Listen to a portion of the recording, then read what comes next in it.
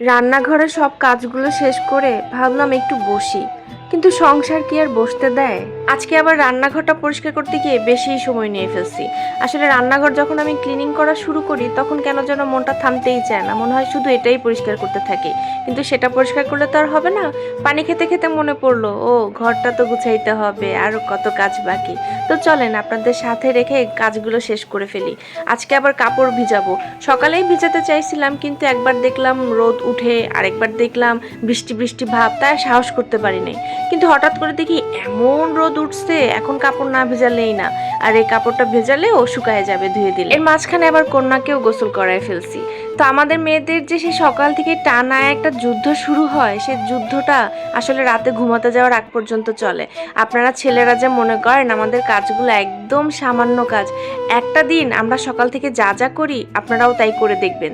দেখবেন তখন মনে হবে আপনাদের অফিসের কাজ এর থেকে ঢের সহজ। কন্যাকে খাবার তো দিয়েই দিলাম, দেখতে পেলেন আজকের মেনুতে খুব বেশি কিছু ছিল না।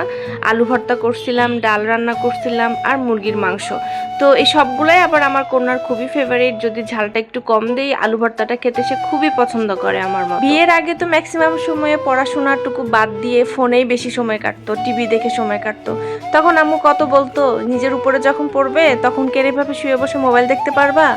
সেই কথাটাই যে কিভাবে ফলে গেল, আসলে ফলেই, সব মেয়েদের বেলায় ফলে। এখন সব কিছু একা হাতে সামলাইতে হয়, সব কিছু A to Z।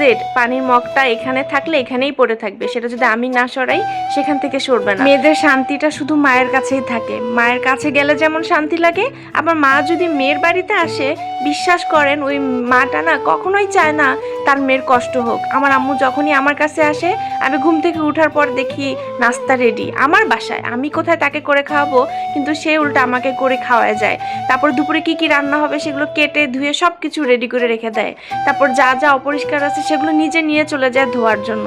এই শান্তিটা না মা ছাড়া কেউ দেয় না।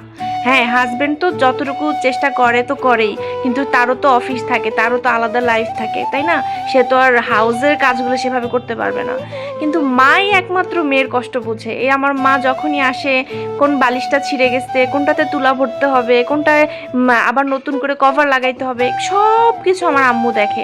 এবার এসে মাত্র 2 দিন ছিল, আমার দাদি মারা গেছে, তাই আর্জেন্ট চলে যেতে হয়েছে।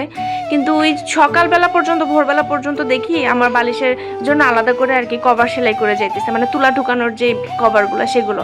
পরে বলতেছে আমি তো পুরাটা শেষ করতে পারলাম না, তুমি বাকিটুকু তুলাটুকু ভরে নিও। তো এই হচ্ছে মা, এটাকেই বলে মা।